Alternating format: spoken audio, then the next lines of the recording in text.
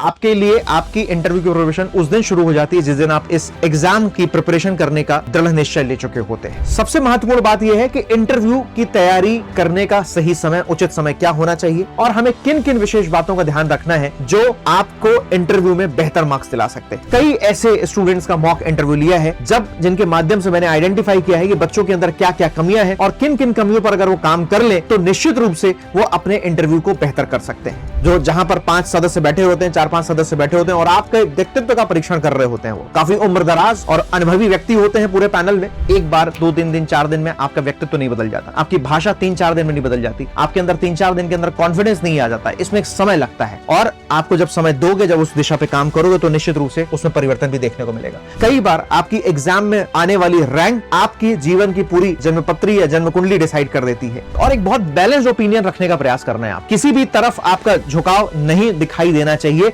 मैं कुछ अभी रेड फ्लैग और ग्रीन फ्लैग पर चर्चा करूंगा कि कौन कौन से रेड फ्लैग हैं जो इंटरव्यू में आपके लिए बहुत डिजास्टर्स हो सकते हैं और कौन कौन से ग्रीन फ्लैग्स हैं जो आपके लिए इंटरव्यू में बहुत ज्यादा हेल्पफुल हो सकते हैं। हेलो एवरीवन, मेरा नाम है वैभव शिवहरे। स्टडी आईक्यू में आप सब लोगों का स्वागत है।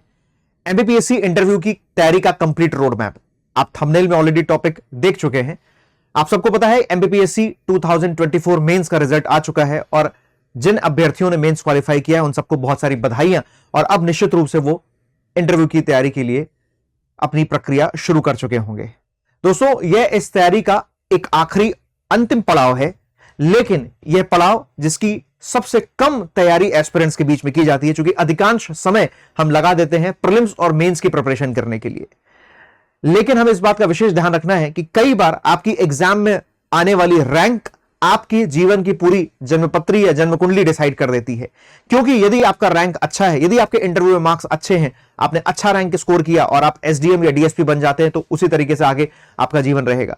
यदि आपके इंटरव्यू में मार्क्स कम आते हैं, भले ही आपने मेंस में टॉप किया है, रिटन एग्जाम में टॉप किया है, राइट, लेकिन आपके इंटरव्यू में मार्क्स है 90, 80, 85, 110, इस तरीके से मार्क्स आते हैं तो बहुत अच्छा मेंस में करने के बावजूद भी आपका स्कोर, ओवरऑल स्कोर कम होगा और आपको मनचाही सर्विस जो चाहिए आपको, वो सर्विस से वंचित हो जाएंगे आप। और फिर वह प्रक्रिया पुनः रिपीट होगी। फिर आप प्रीलिम्स देंगे, फिर मेंस देंगे, क्योंकि आपको अपनी रैंक इंप्रूव करना है, आपको अपनी पोस्ट इंप्रूव करना है। And everyone is aspiring for the higher post. यदि हम यूपीएससी की बात करें तो everyone is aspiring for IAS and IPS services, and state civil services में बात करें तो everyone is aspiring for SDM और डिप्टी एसपी और सम अदर प्रेस्टिजियस सर्विसेज। सबसे महत्वपूर्ण बात यह है कि इंटरव्यू की तैयारी करने का सही समय, उचित समय क्या होना चाहिए और हमें किन किन विशेष बातों का ध्यान रखना है जो आपको इंटरव्यू में बेहतर मार्क्स दिला सकते हैं।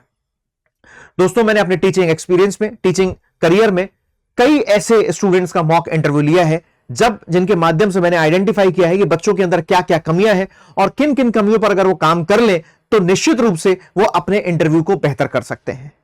और मुझे उम्मीद है जिन लोगों का इस बार मेंस क्वालिफाई हुआ है वो निश्चित रूप से अपनी प्रिपरेशन को शुरू कर चुके होंगे।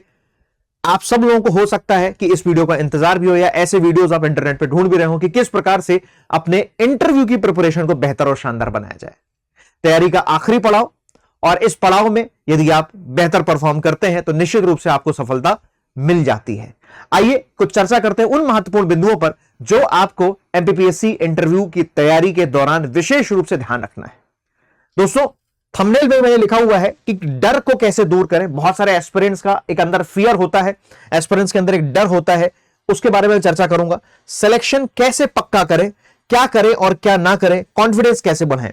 दोस्तों, एक बात और बताता हूं अपने एक्सपीरियंस के आधार पर। मेरे कुछ कोलीग्स और साथ साथ मेरे तमाम ऐसे स्टूडेंट्स जो इंटरव्यू तक पहुंचे हैं, लेकिन चूंकि उनकी पर्सनालिटी कमजोर होने की वजह से, चूंकि यह है इंटरव्यू, आप देखेंगे तो हिंदी में लिखा रहता है साक्षात्कार, और यूपीएससी का नोटिफिकेशन कभी आप पढ़ें तो उसमें लिखा हुआ है पर्सनालिटी टेस्ट, क्योंकि यह आपके व्यक्तित्व का परीक्षण है, आपकी नॉलेज का नहीं बल्कि आपके ये व्यक्तित्व का परीक्षण है, आपकी पर्सनालिटी का परीक्षण है, आपके कॉन्फिडेंस का परीक्षण है। ये तो नॉलेज का परीक्षण तो ऑलरेडी मेंस में हो चुका है, प्रीलिम्स में हो चुका है। तो बहुत सारे मेरे ऐसे कोलीग्स और स्टूडेंट्स जिन्होंने मेंस में बहुत अच्छा परफॉर्म किया, उनका स्कोर मेंस में जब फाइनल मार्कशीट आई तो पता चला मेंस में तो बहुत अच्छे मार्क्स थे, लेकिन चूंकि उन्होंने अपनी पर्सनालिटी पर काम नहीं किया, जिस वजह से उनके इंटरव्यू में मार्क्स बहुत कम रह गए, जिसकी वजह से वो आखिरी पायदान या आखिरी पड़ाव तक पहुंचने के बावजूद भी इस रेस से बाहर हो गए।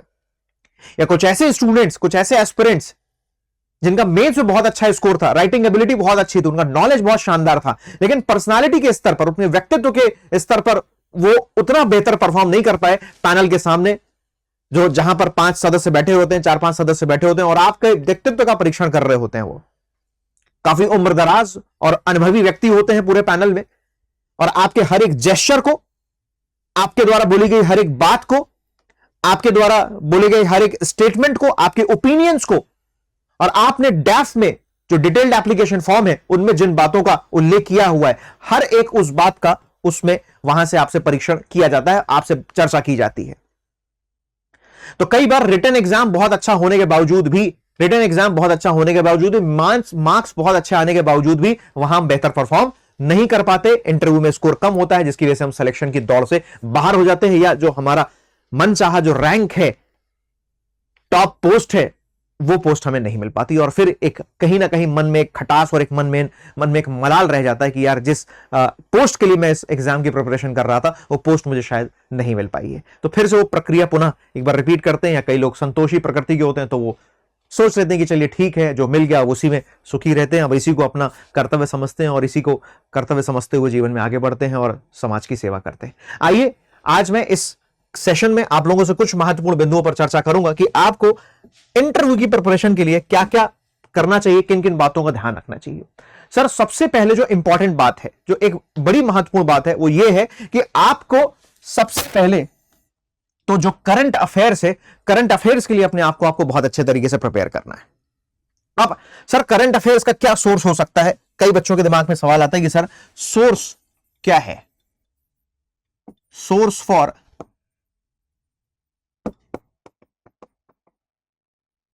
करंट अफेयर्स के लिए किन किन सोर्सेस का हम इस्तेमाल करें?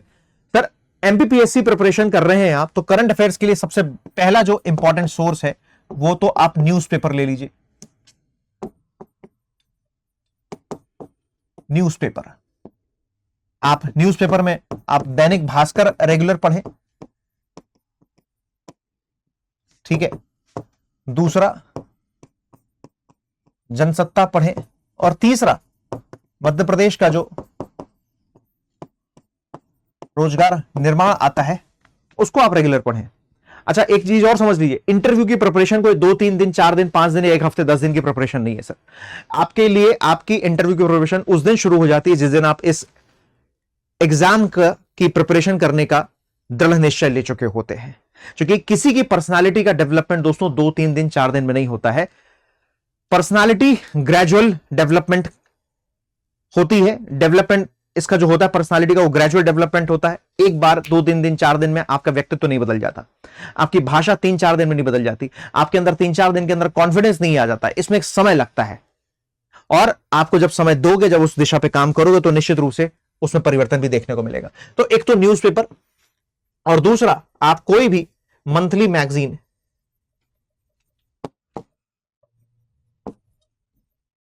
आप कोई भी मासिक पत्रिका या मंथली मैगजीन उठाइए, ठीक है। जिस मैगजीन को आप फॉलो कर रहे थे उस मैगजीन को फॉलो करना है और उसी से आपको पढ़ना है। अब कुछ न्यूज चैनल्स, आप ऑल इंडिया रेडियो की जो न्यूज एनालिसिस होती है आप उसको भी रेफर कर सकते हैं, ठीक है। अब यहां पर एक बात याद रखनी है, जो करंट अफेयर जो अभी तक जो आप मेंस के लिए पढ़ रहे थे वो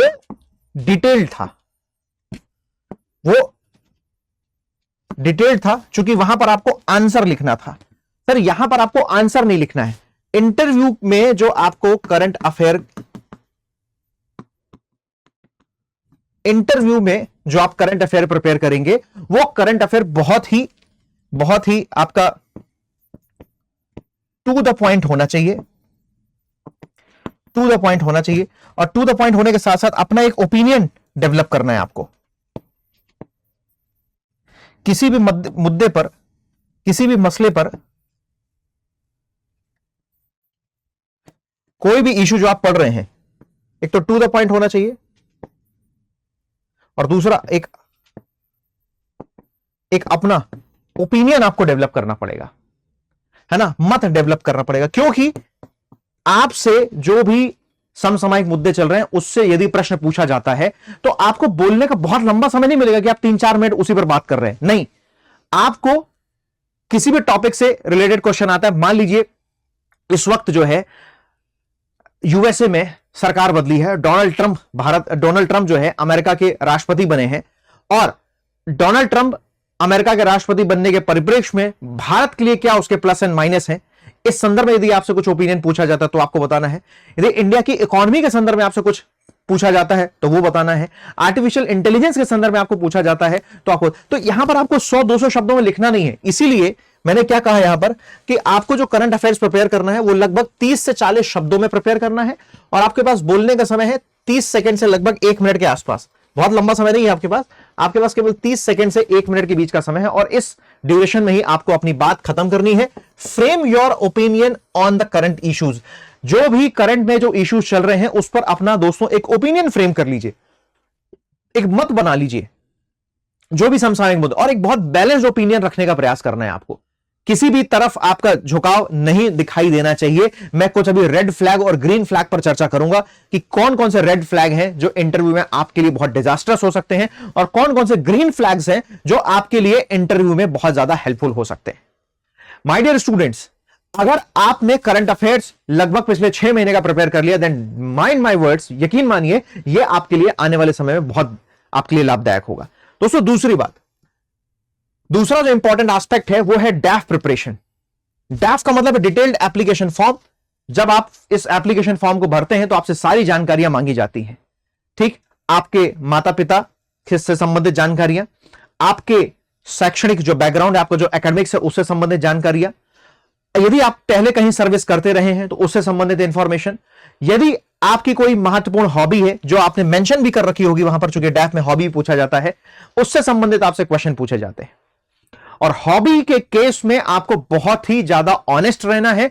और हॉबीज जनरली मैं देखता हूं बच्चों को कि यूजुअली उन्होंने कोई हॉबी परस्यू करी नहीं है, उस दिशा में कभी सोचा नहीं, और अचानक से 2-4 लोगों से डिस्कस किया कि सर क्या हॉबी फिल करें, और किसी ने कहा सर चेस खेलना लिख दो, किसी ने कहा न्यूज़पेपर रीडिंग लिख दो। अधिकांश लोगों को देखता हूं अपनी हॉबी लिख देते हैं डायरी राइटिंग। जीवन में कभी डायरी का एक पन्ना भी नहीं लिखा होगा और हॉबी में लिख दिया डायरी राइटिंग। अब तुमने हॉबी डायरी राइटिंग लिख दी, वहां पर जो उम्र दराज और अनुभवी लोग जो बैठे हैं पैनल पर, उनके सामने आप ब्लफ नहीं कर सकते। याद रखिएगा, dishonesty is the biggest mistake in the interview. बेईमानी या झूठ बोलना या ब्लफ करना, वो या यकीन मानिए जितने भी पैनलिस्ट होते हैं वो एक्सपीरियंस्ड होते हैं, उनके पास अनुभव होता है और वो ह्यूमन माइंडसेट को पढ़ने में बहुत ही कैपेबल होते हैं। तो यदि आपने किसी तरीके का ब्लफ किया, झूठ बोला हॉबी से रिलेटेड, आपको लगा, उनको लग गया कि आपने जो हॉबी लिखी है डायरी राइटिंग या न्यूज़पेपर रीडिंग या बैडमिंटन खेलना या कुछ अदर हॉबीज, और उससे आपका कोई राबता नहीं है, केवल आपने लिखने के लिए हॉबी लिखी है, मान के चलिए आप पकड़ जाएंगे। तो मेरी आप सभी एस्पिरेंट्स को सलाह यह है कि आप उसी हॉबी को लिखिए जो हॉबी आपने परस्यू करी है या वाकई में आपका जेन्युइन लाइफ में जो आपका इंटरेस्ट है, और उसको लिखने के बाद जो आपने हॉबी परस्यू करी है, जिसमें आपका इंटरेस्ट है, वो आपने मेंशन किया, और उसके लिए आप कुछ ना कुछ प्रिपेयर सम जेनरिक क्वेश्चंस, कुछ आप प्रिपेयर सम स्पेसिफिक क्वेश्चन, उसके लिए कुछ स्पेसिफिक क्वेश्चन प्रिपेयर कर लीजिए, और उस स्पेसिफिक क्वेश्चन प्रिपेयर करने के बाद आप उनके आंसर्स भी प्रिपेयर कर लीजिए कि आपको क्या क्वेश्चंस का आंसर देना है। इसीलिए मैंने कहा कि prepare some specific question regarding your DAF, regarding your DAF. अपने डैफ से संबंधित क्वेश्चंस को आप प्रिपेयर कर लीजिए। जैसे मैं देखता हूं कि डैफ में जो, जैसे मान लीजिए आपने बीए किया हुआ है, आपने एमए किया हुआ है, ठीक है, लेट्स से मान लीजिए आपने, हम डैफ की बात कर लेते हैं। डैफ में सबसे पहले तो आपका जो एकेडमिक है उसमें आपको अपने सब्जेक्ट का नॉलेज होना बहुत जरूरी है।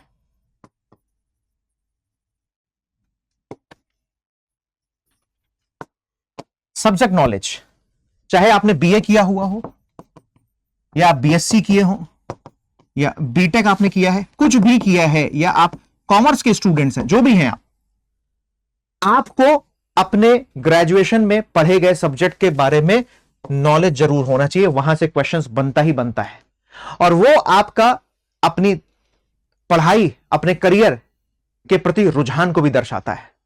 पता चला हमने बीएससी की हुई है या बीए किया हुआ है, पॉलिटिकल साइंस और सोशियोलॉजी में बीए किया हुआ है, मैं देखता हूं कुछ बच्चे ऐसे हैं, पॉलिटिकल साइंस में उन्होंने बीए किया हुआ है, मैंने पॉलिटिकल साइंस के कुछ महत्वपूर्ण थिंकर्स के नाम पूछे, उन थिंकर्स के कुछ थ्योरीज के बारे में पूछा, उसका आंसर उनको नहीं पता है।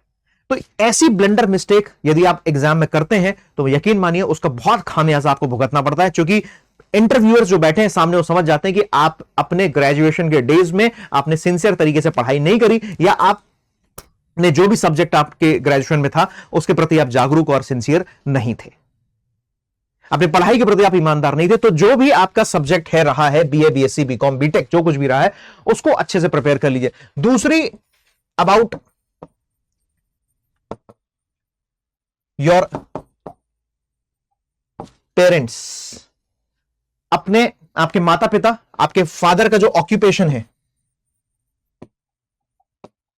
उससे भी कई बार सवाल पूछा था। यदि मान लीजिए आपके फादर कृषक हैं, यदि आपके फॉर एग्जाम्पल यदि आपके फादर कृषक है, तो इसकी फिर इनकंप्लीट इंफॉर्मेशन आपके पास होनी चाहिए। ठीक, आपका अगर कोई ब्रदर या सिस्टर किसी जॉब में है तो उसकी जॉब की इंफॉर्मेशन भी आपके पास, जॉब किस प्रकार की जॉब है या उस जॉब के स्पेसिफिक क्या काम है वो नहीं बोल रहा हूं मैं, लेकिन उस जॉब के क्या क्या आयाम है, क्या क्या डायमेंशन है, कैसे वो लोगों की हेल्प कर रहे हैं, या किस प्रकार से उनकी जॉब इकोनॉमी के लिए सूटेबल है, इस प्रकार की इंफॉर्मेशन आपके पास होनी चाहिए। और यदि इसके अलावा if you are ex serviceman, या फिर यू आर ऑलरेडी, या आप ऑलरेडी सेवारत हैं, इन सर्विस हैं, तो आप मान के चलिए if you are already in service, यदि आप सर्विस में हैं, क्योंकि एक्स सर्विसमैन मैंने बोला कि बहुत सारे हमारे एयरफोर्स के कैंडिडेट्स होते हैं, इंडियन आर्मी में उन्होंने सर्व किया हुआ है, उस इंडियन आर्मी में, इंडियन एयरफोर्स में उन्होंने सर्व किया हुआ होता है, और वहां से भी कुछ कैंडिडेट्स आते हैं, इंटरव्यू देते हैं, तो यहां से भी क्वेश्चन पूछा जाता है आपसे। और अगर ऑलरेडी आप इन सर्विस हैं, मान लीजिए लेट से आप पटवारी हैं, या आप मध्य प्रदेश पुलिस में कांस्टेबल के पद पर या एसआई के पद पर कार्यरत, किसी भी पद पर आप कार्यरत हैं, आपसे इसकी कंप्लीट इंफॉर्मेशन पूछी जाएगी। तो आपका जो इंटरव्यू है, आप मान के चलिए 50% आपका जो इंटरव्यू है ना, 50% जो इंटरव्यू है वो इसी पर बेस्ड होगा, आपकी सर्विस पर। 50% आपका इंटरव्यू इसी पर बेस्ड होगा। डैफ में जो अगली एक इंपॉर्टेंट इंफॉर्मेशन मेंशन होती है सर, वो होता है आपका हॉबीज।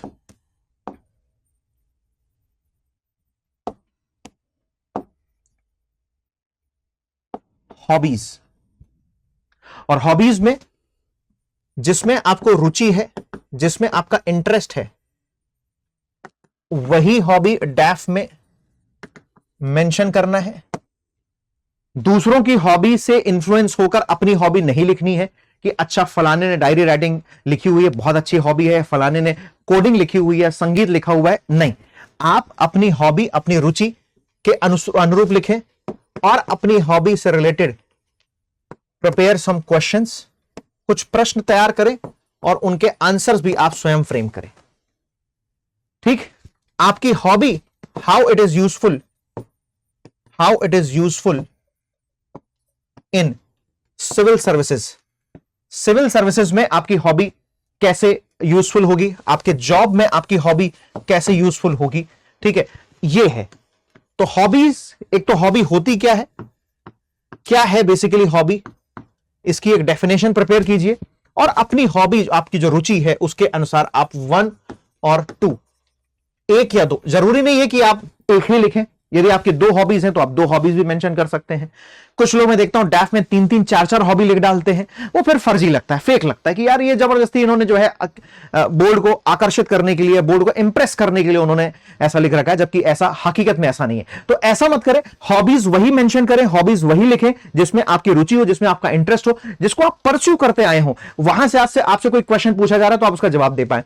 यदि आपने अपनी हॉबी में, let's say for example if singing is your hobby, यदि संगीत गाना अगर आपकी हॉबी है, तो you should be confident enough to sing a song. You should be confident enough to sing a song. आपसे पूछा जाए कि चलिए गाना गा के सुनाइए, तो आपके पास इतना कॉन्फिडेंस होना चाहिए कि आप गाना गा के सुना दें। अब कोई आप अरिजीत सिंह या बादशाह या कोई बड़े सिंगर तो है नहीं कि आपसे वो सुर ताल में आपने नहीं सुनाया तो आपसे नाराज हो जाएंगे। नहीं, आप भले ही बाथरूम सिंगर हो, लेकिन वो आपकी अगर हॉबी है तो आप उस हॉबी को मेंशन करें, और आपसे जब बोला जाए कि नहीं सर एक गाना सुनाइए, तो फिर आपका गाना सुनाने का आपके अंदर कॉन्फिडेंस होना चाहिए। वो ये नहीं चेक करेंगे कि अच्छा तुम कितना अच्छा गा रहे हो या कितना अच्छा सुर है तुम्हारा, तुम्हारी आवाज कितनी अच्छी है, ये तो ठीक है, इतना ही अच्छा सुर, इतनी अच्छी आवाज होती तो भाई अगले अरिजीत सिंह बनने के लिए तैयार बैठे। इंडियन आइडल में हम अपने आप को अपीयर कर रहे होते, एमपीपीएससी के लिए प्रिपेयर ना कर रहे होते। तो आप क्या का कॉन्फिडेंस चेक किया जाएगा कि आप क्या वाकई में गा सकते हो, क्या आपके अंदर इतना कॉन्फिडेंस है या नहीं, वो इस बात को चेक करेंगे, ध्यान रखिएगा। सर दूसरी इंपॉर्टेंट बात, हॉबीज के साथ साथ डैफ में जो एक बात आपसे अक्सर आप पूछी जाती है, एक एकेडमिक्स हो गया। एकेडमिक्स के अलावा नंबर एक तो ये सर एकेडमिक्स, इसमें आपका सब्जेक्ट नॉलेज ये होना चाहिए, और दूसरा अगर आप एक्स सर्विसमैन हैं या इन सर्विस हैं तो उसके बारे में पता होना चाहिए, ठीक है। तीसरा जो पॉइंट है वो है सर हॉबीज। हॉबीज के बारे में आपको बहुत अच्छे से अपने आप को प्रिपेयर करना है। और एक और इंपॉर्टेंट बात अब आती है इंटरव्यू में, तीसरा जो पार्ट है, तीसरा जो हिस्सा है वो है पर्सनालिटी टेस्ट। पर्सनालिटी टेस्ट में आपका सबसे पहले एक तो बॉडी लैंग्वेज, आप रूम में अंदर एंटर किए, आपने सबको ग्रीट किया, good evening to the honourable board members, ठीक है। यदि उसमें कोई महिला मेंबर है तो आप महिला मेंबर को अलग से भी ग्रीट कर सकते हैं, ठीक है। आपने ग्रीट किया, सबको ऐसे इंडिविजुअल अलग अलग ग्रीट नहीं किया, गुड इवनिंग या गुड मॉर्निंग, जो भी हो। गाड़ी टाइम देख लें, कई बार मैं इंटरव्यू ले रहा होता हूं और देखता हूं कि बज रहे होते हैं दोपहर के में 1 और आते हैं बोलते हैं सर गुड मॉर्निंग। नहीं, आप देख लीजिए इंटरव्यू रूम में पहुंचने से पहले एक बार चेक कर लीजिए कि क्या समय हो रहा है, उसके हिसाब से फिर आप ग्रीट कीजिए। आपने ग्रीट किया, गुड मॉर्निंग और the good evening to the honourable board members, और अगर कोई महिला बोर्ड मेंबर है तो उसको आप अलग से भी पर्सनली ग्रीट कर सकते हैं। ग्रीट करने के बाद आराम से आप परमिशन लीजिए कि सर मैं बैठ सकता हूं। वैसे वो खुद ही बोल देते हैं कि ठीक है आप बैठ जाइए, तो आप बैठते हैं। और एक आपका बैठने का पोस्चर एकदम डिसेंट पोस्चर होना चाहिए, ठीक है। यानी कि पैर थोड़ा सा फैला लिए, इस तरीके से बैठ गए, बहुत डिसेंट पोस्चर होना है। दोनों हाथ जो आपके हैं ऐसे आपके लैप पर रखे होने चाहिए, नीज पर रखे होने चाहिए दोनों हाथ आपके, ठीक है। और उसके बाद लैप पर आपके दोनों हाथ रखे हुए हैं, एक जेंटल स्माइल है आपके फेस पर, बहुत ज्यादा मुस्कुराना भी नहीं है कि हा हा हा ऐसे कर रहे हैं, बहुत ज्यादा मुस्कुराना भी नहीं है ना, बहुत ज्यादा दांत भी नहीं निकालना है। Gentle smile on your face, ठीक है। Be confident. आपका बॉडी लैंग्वेज ही बहुत सारी चीजें बयां कर देता है कि आप कितना, मैं देखता हूं कई लोग ऐसे होते हैं तो हाथ ऐसे इस तरीके से करते रहते हैं, ये सब बिल्कुल नहीं करना है। या उनके हाथ में कई बार फाइल या फोल्डर होता है तो उसको पकड़ के ही करते रहते हैं, या जो कपड़ा उन्होंने पहन रखा है उसी पर ही उनका बार बार कोट की बटन खोलते रहते हैं, बंद करते रहते हैं। ध्यान रखिएगा जब आप रूम के अंदर एंटर कर रहे हैं तो आपकी बटन ऐसे बंद होनी चाहिए। जैसे ही आप चेयर पर बैठे, आप चेयर पर बैठने के साथ ही अपना ये बटन ओपन कर लें। ड्रेस आपकी एकदम प्रॉपर होना चाहिए, ड्रेसिंग स्टाइल एकदम सुटेबल होना चाहिए। आप नॉर्मल कोट पैंट पहन के जाए, यदि आप टाई लगाने में कंफर्टेबल हैं तो टाई लगा के जाए। डिसेंट कलर होना चाहिए आपके पैंट का, आपके शर्ट का और आपके कोट का। आई कांटेक्ट करना है, बड़ा इंपॉर्टेंट है। कई बार मैं देखता हूं कि क्वेश्चन किसी एक पैनलिस्ट ने पूछा तो हम केवल उसी को एड्रेस करके उसी को देखकर आंसर कर रहे हैं, जबकि कायदा यह कहता है कि आपसे यदि किसी ने क्वेश्चन पूछा है तो आप आई कांटेक्ट रखिए सबके साथ। यदि मान लीजिए चेयरमैन जो है उन्होंने आपसे क्वेश्चन पूछा, बोर्ड का जो चेयरमैन है उन्होंने आपसे क्वेश्चन पूछा, तो आप उनकी तरफ आंसर देने के साथ साथ उस प्रोसेस में आप जो अन्य 2-3 मेंबर बैठे हुए हैं उनकी तरफ भी आप देखकर आंसर दे सकते हैं। क्लियर है? तो एक तो आपका बॉडी लैंग्वेज, दूसरा वर्बल कम्युनिकेशन जो है ना सर आपका, वो बहुत अच्छा होना चाहिए। आप जो भी बात कह रहे हो आपकी बात एकदम स्पष्ट होनी चाहिए। आप बात करते वक्त फंबल नहीं हो रहे हो, घबरा नहीं रहे हो। यदि आपसे कोई ऐसा क्वेश्चन पूछ लिया जाए जो ऐसा लग रहा है आपको कि यार थोड़ा सा मुझे इस क्वेश्चन का आंसर नहीं आता या थोड़ा फ्रेम कर रहे हैं, तो आप उनसे समय मांग सकते हैं कि सर मुझे 30 सेकंड का टाइम दीजिए, मैं इसका आंसर देता हूं। और यदि आपको लग रहा है कि ये क्वेश्चन का आंसर आपको नहीं आता तो सॉरी कहने में आपको शर्म नहीं आनी चाहिए। सॉरी कहने में आपकी कोई प्रेस्टीज, आपकी इज्जत कम नहीं हो जाएगी। आराम से आप सॉरी कह दीजिए, सर सॉरी मुझे इसकी इंफॉर्मेशन नहीं है, मैं निश्चित रूप से इसके बारे में पढ़ूंगा। आप ऐसा जवाब दे सकते हैं। और अब बार बार सॉरी सॉरी सॉरी भी नहीं, आपसे 5 क्वेश्चन पूछे लगातार सॉरी सॉरी सॉरी बोल दिया। ट्राई टू गिव आंसर, ठीक है। गलत मत बोलिए, झूठ मत बोल, झूठ तो नहीं बोलना है। ध्यान रखिएगा, 2 अभी मैं आपको दिखाऊंगा कौन कौन से रेड फ्लैग है इस सेशन के लास्ट में।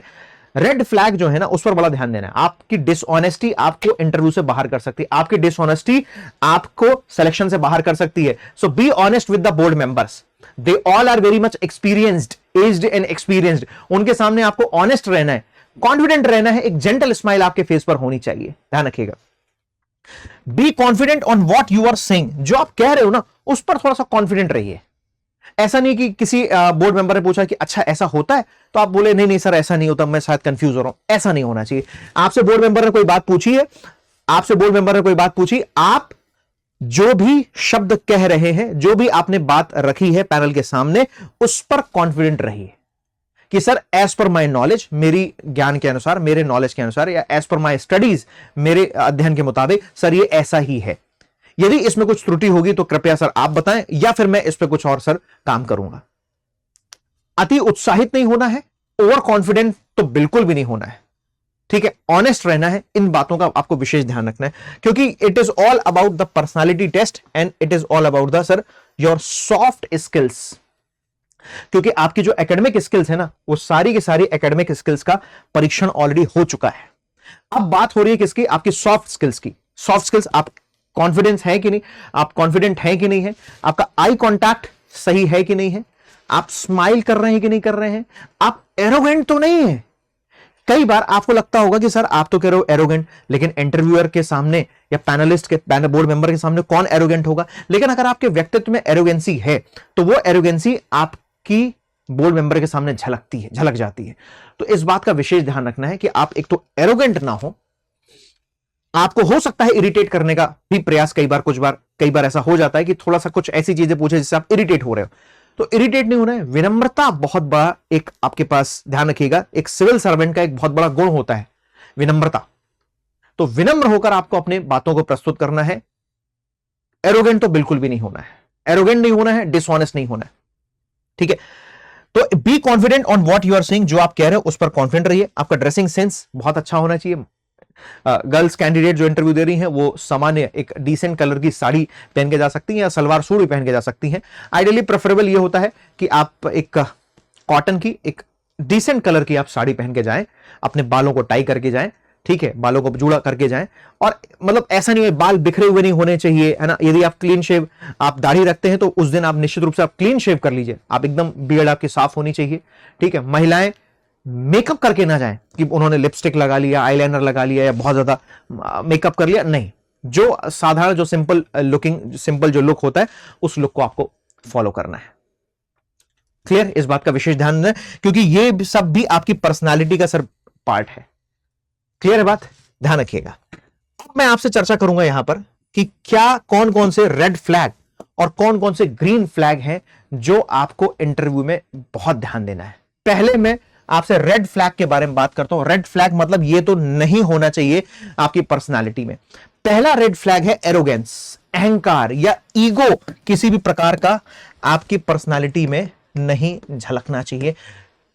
एरोगेंसी तो बिल्कुल समझ लीजिए, अगर आप एरोगेंट हुए, ठीक है, थोड़ा सा भी एरोगेंट हुए या पर्सनालिटी में आपकी थोड़ा सा एरोगेंसी दिखाई दी, अहंकार दिखाई दिया, तो सबसे पहले तो जो पैनल मेंबर होते हैं उनका ईगो बहुत जल्दी हर्ट होता है। तो एक तो एरोगेंस नहीं रखना है बिल्कुल भी, एकदम काम कंपोज पर्सनालिटी होनी चाहिए, विनम्रता से जवाब दीजिए, स्माइलिंग पर्सनालिटी होनी चाहिए। इनसेंसिटिविटी, असंवेदनशीलता किसी भी वर्ग के प्रति, जब भी मान लीजिए आपसे किसी जाति या किसी धर्म या किसी भी एक निम्न तबके के प्रति मान लीजिए उन्होंने कोई क्वेश्चन पूछा, ओपिनियन पूछा, आप कतई ऐसे शब्दों का इस्तेमाल ना करें जो ये दर्शाए कि आप फलाने वर्ग के प्रति या फलाने समुदाय के इमोशंस के प्रति आप असंवेदनशील हैं। चूंकि ध्यान रखिएगा, एक सिविल सर्वेंट को बहुत ज्यादा जो एक रिक्वायर्ड जो स्किल है उसके अंदर वो होती है सेंसिटिविटी, संवेदनशीलता। आप जो दीनहीन, जो दबे कुचले लोग हैं, जो सीमांत, जो मार्जिनलाइज जो सेक्शन है, जो वल्नरेबल सेक्शन है, उनके प्रति आपको बहुत संवेदनशील रहना पड़ेगा, क्योंकि उनको ही आपको विकास की मुख्य धारा में शामिल करना है। तभी आप एक कल्याणकारी राज्य की स्थापना सुनिश्चित करने में अपना कंट्रीब्यूशन इंश्योर कर सकेंगे। ठीक, तो एक तो सबसे इंपॉर्टेंट बात है सेंसिटिविटी, संवेदनशीलता, समाज के हर वर्ग के प्रति समानता। ध्यान रखिएगा, बेईमानी नहीं करना है, डिसऑनेस्ट नहीं। जो आपने जीवन में अभी तक किया है उस पर अडिग रहिए। आपका बहुत लंबा गैप है, ग्रेजुएशन के बाद आपने 4 साल, 5 साल, 6 साल, 7 साल प्रिपरेशन करी, तो जो जेन्युइन आपका जो है उसके बारे में ही बताइए। ब्लफ मत कीजिए। आप यकीन मानिए, अगर आपने झूठ बोला, सामने जो बैठे हुए जो पैनलिस्ट हैं उनको बहुत अच्छे से समझ में आ जाता है कि आप झूठ बोल रहे हैं। और इमोशनल तो कभी होना ही नहीं है, क्योंकि अगर आप इमोशनल हो गए तो इसका मतलब आप ठीक प्रकार से फिर बीइंग अ ब्यूरोक्रेट आप अच्छे तरीके से काम कर नहीं पाओगे। तो इमोशनल इंटेलिजेंस की यहां डिमांड है। आप सोचो कि इमोशंस में आकर बोर्ड मेंबर्स को मैं इमोशनल कर दूंगा अपनी दास्तां बताकर, अपनी कहानी बताकर, तो उसका एक्स्ट्रा एज मिल जाएगा आपको, ऐसा भी नहीं होने वाला है, यह भी ध्यान रखिएगा। ठीक है, तो कोई इमोशनल कार्ड प्ले नहीं करना है वहां पर, आपको उसका कोई लाभ नहीं मिलने वाला। बेईमानी नहीं करना है, ब्लफ नहीं करना है, जो भी आपने डैफ में लिखा हुआ है उसी प्रकार से आपको इंफॉर्मेशन सारी देनी है, सारा बताना है आपको। बायस्ड तो कतई नहीं होना है, ना किसी जाति के प्रति, ना किसी धर्म के प्रति, ना किसी जनजाति के प्रति, किसी के प्रति भी आपको बायस्ड यानी आपका जो रवैया है वो पक्षपाती रवैया तो बिल्कुल भी टॉलरेबल नहीं है। आपका रवैया एकदम बिल्कुल पक्षपाती नहीं होना चाहिए, एकदम अनबायस्ड आपका ओपिनियन होना चाहिए, आपकी पर्सनालिटी अनबायस्ड होनी चाहिए, आपकी पर्सनालिटी में इक्वालिटी दिखाई देनी चाहिए सबके प्रति, क्योंकि आप बीइंग ए सिविल सर्वेंट आपको समाज में सभी वर्गों के लिए काम करना है, सभी जाति के लिए काम, सभी जाति के लोगों के लिए काम करना है, सभी धर्म के लोगों के लिए, हर प्रकार की भाषा बोलने वालों के लिए, हर एक जनजाति, हर क्षेत्र में रहने वाले लोगों के लिए, चाहे काले हो गोरे हो, सबके लिए आपको काम करना है, महिलाओं के लिए काम करना है, दिव्यांगों के लिए काम करना है, आपको वृद्ध जनों के लिए काम करना है। तो कतई बायस्ड ओपिनियन आपका अगर है किसी के, अगर ऐसा दिखता है आपके ओपिनियन में कि यू आर बायस्ड, आप पक्षपाती हैं, तो उसका आपको नुकसान हो जाएगा। तो ये रेड फ्लैग है, इन रेड फ्लैग्स को आपको फोकस करना है, ध्यान रखना है, नहीं करना है, नॉट टू डू। मैंने क्या लिखा है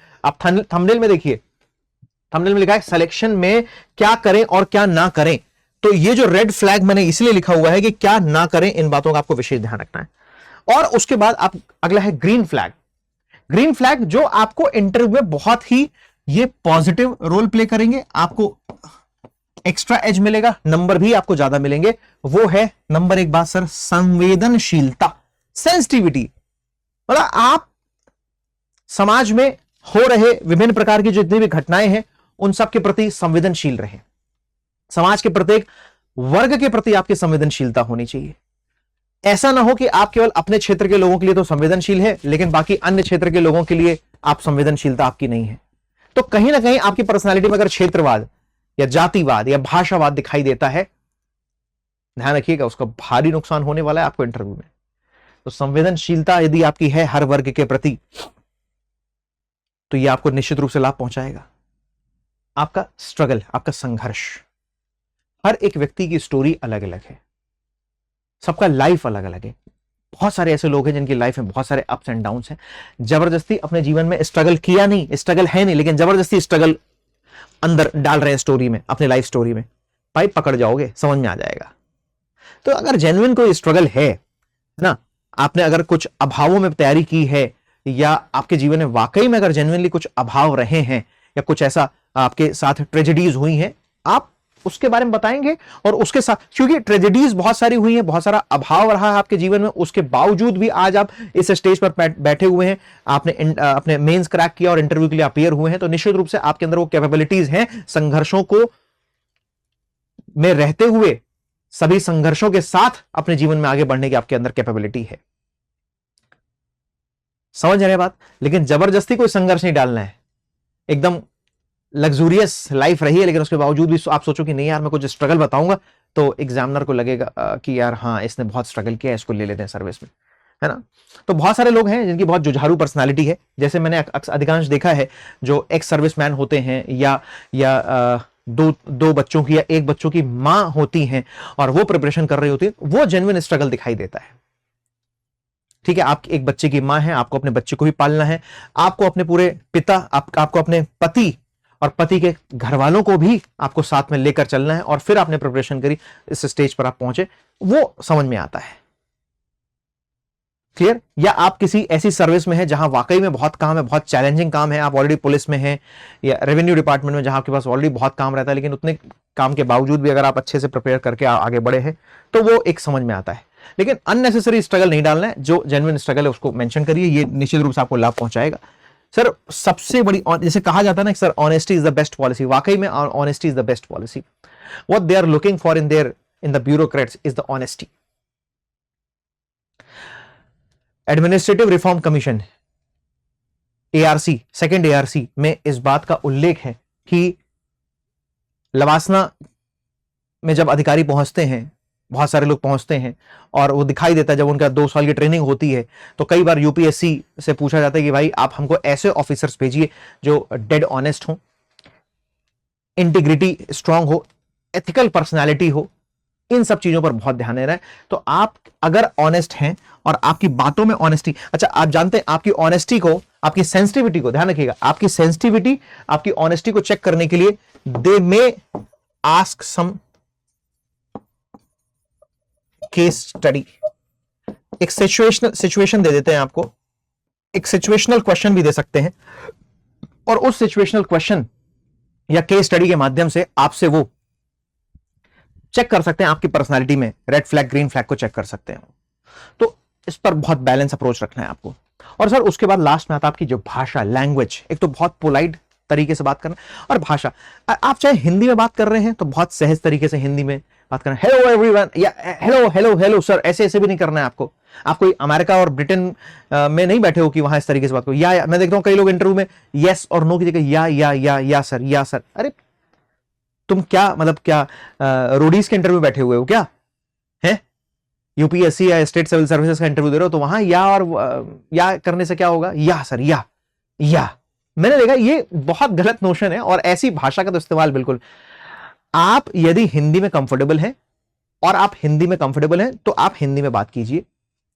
इंग्लिश में बहुत अच्छे से अगर सहज है, कंफर्टेबल है तो आप इंग्लिश में बात कीजिए। जैसे कहता ना कि इंग्लिश झाड़ना, तो वो नहीं करना है वहां पर, क्योंकि यदि आपको इंग्लिश आती नहीं लेकिन फिर भी आप इंग्लिश में बात करने का प्रयास कर रहे हैं तो आप अच्छे तरीके से अपनी बात को प्रस्तुत बोर्ड के सामने कभी नहीं कर पाएंगे।